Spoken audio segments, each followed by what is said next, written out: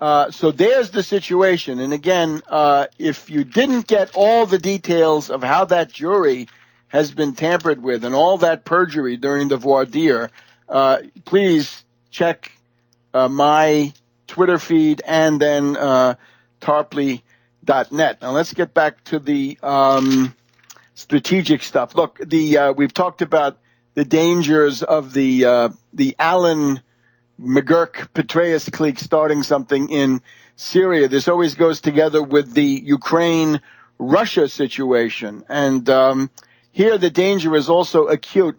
Here, however, the Anglo-Americans seem to have gotten the idea that their sanctions are going to bring Russia to its knees. In particular, if we take a look at the London Economist of the 22nd to the 28th of November, and the wounded bear, Russia's wounded economy and the dangers for the rest of the world. The wounded bear tracking bloody paw prints over a taiga Siberian snowscape. This is the gloating of the Anglo-Americans. So the idea is that they've got Putin. They can soften him up for a color revolution. They can do that with the oil price. The oil price has gone below 58 already today, if not lower. So that obviously is a pinch on the Russian budget, but I think this is completely fatuous. The capability of Russia to resist these things is immense. Certainly, I think, by all odds, greater than any country in the world, right? Nobody can be truly autarkical, but Russia has tremendous resources in all of these areas: food, raw materials, population, energy, and so forth. So this is unrealistic. And also, just look at Putin's foreign policy successes. If you look at Putin's Twitter account today, he's been visiting Modi in India.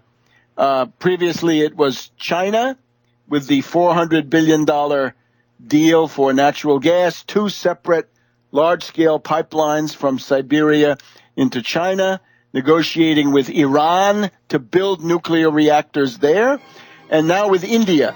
10 nuclear reactors will be built, and India and Russia will cooperate on Arctic development in the Kara Sea, the Novaya Zemlya, biggest oil field discovery of recent years. There is no peak oil, and here's one of the proofs. Back in a minute.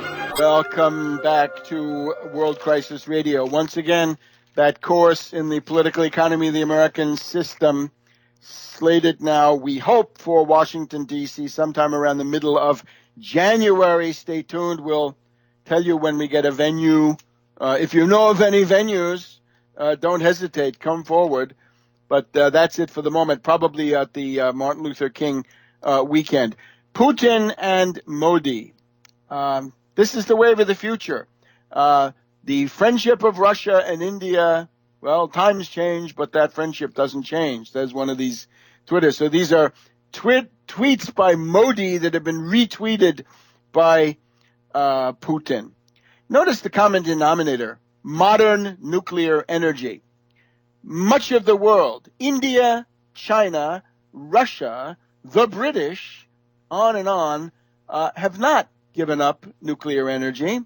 The more pessimistic countries, Germany, of course, for the moment has, but that can always be revised. Generally speaking, if you don't have modern nuclear power, you're on your way to becoming ethnographic material. You're going to be dominated by somebody else. You better learn a foreign language to take orders in. These are the realities of power. Forget about what the average environmentalists like or doesn't like. This is irrelevant. We're talking about the rivalry of large states. And if you don't have this, you're nowhere. And that means 4th generation, high temperature, pebble bed nuclear reactors.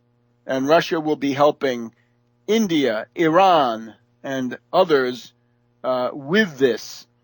What we need here, of course, is an infrastructure-led recovery. And what can we say? We can't even build a pipeline, right? We have 750,000 miles of pipeline already, but somehow this next one is the end of the world. I just don't see it.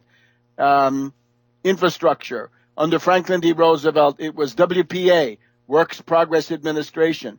PWA, the WPA, of course, Harry Hopkins. PWA, Public Works Administration, the curmudgeon, Harold Ickes. TVA, Tennessee Valley Authority, and a certain amount of CCC, Civilian Conservation Corps. That's the path to a recovery. Otherwise, the United States has already been passed by China just in the last couple of months in two categories or two ways of measuring the economy.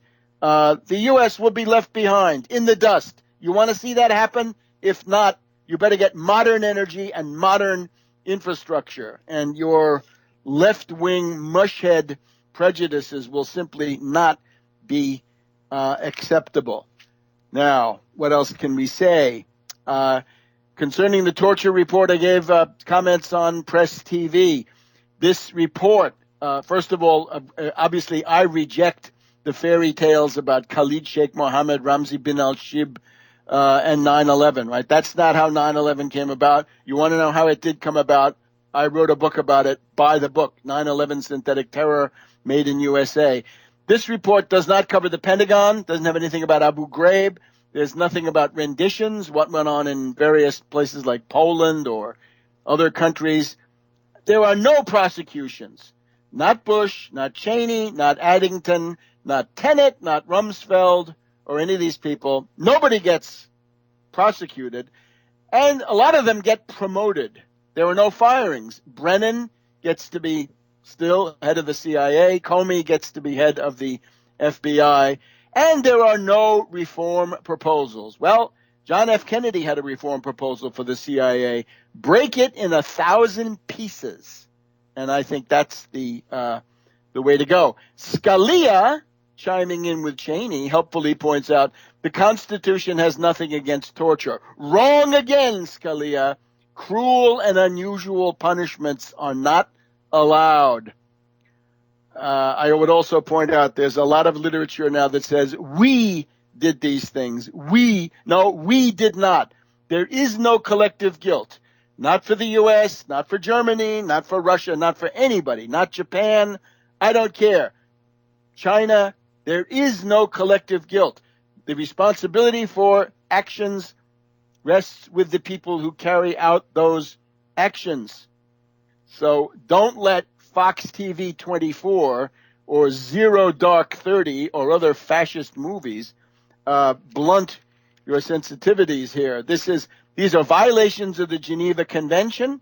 And if you violate the Geneva Convention, the one thing you can be damn sure of is the other guy will violate the Geneva Convention against you, and you will not have a leg to stand on. Now, as I mentioned before, oil went below 58. Junk bonds, what they call the high yield sector, junk bonds are now in crisis. There is more and more talk of deflation. I turned on Bloomberg Surveillance this morning, and the guy in the bow tie is telling you to read a book about deflation. Iron ore is way down. Commodity Research Bureau down. You get the idea. We've talked about how this works with deflation. This is now gathering steam, and it's spilling over from oil into other raw materials, into stocks, and into bonds. That could be a world economic contraction coming in. The other thing, political instability. We've seen the Democrats are split. Pelosi fights Obama. Republicans split. Tea Party fights Boehner. Let's look at other countries. In Italy right now, today, there's a general strike. The CGIL union and its metalworker branch, the FIOM, as well as the UIL and the UILM metalworkers, that's a general strike against the Renzi government of the Democratic Party, the Social Democrats, the neo-communists, whatever you want to call them, over his job bill. Renzi has an American-style job bill, hire and fire, no job security, and the whole country is shut down. However, Renzi, showing his contempt for the labor movement, actually obtained an injunction to prevent the railroad workers from joining the strike, an injunction. So the prime minister of supposedly pro-labor PD party uses the repressive power of the state to prevent people from taking part in the strike. Now, that is obviously the end of the honeymoon for Renzi. If we look at Italy right now, all the parties have split or will split. The Berlusconi party split into two parts last year. We're left with Berlusconi, Damaged Goods, and Alfano.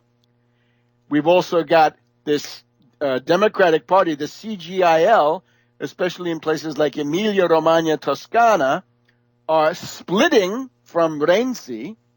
This is the group around Bersani, Bindi, and D'Alema. It's a congeries, but the one thing they say is no to Renzi. So that's another split. And the Grillo party, for you utopians out there who thought that Grillo was the answer to something.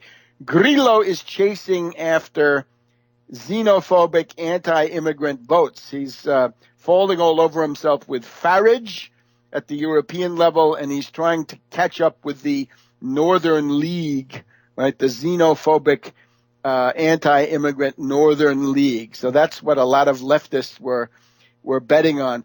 Grillo is dissolving himself into an orgy of expulsions. 2 have been expelled. Another 20 will follow. So that thing is smashing itself into a million pieces. The answer to all this is, if you're in Europe, you need to demand that the European Central Bank, Draghi, cough up, I would say, between 5 and 8 trillion. Let's make it a nice round 8 trillion for the European Union. That's got to be for infrastructure. That's got to be to build the things that Grillo doesn't like. High-speed rail, electricity grids, ports, canals, infrastructure of all kinds. We need an infrastructure-led world economic recovery to fight deflation. QE will not do it. It's got to be infrastructure. And we'll see you next week on World Crisis Radio.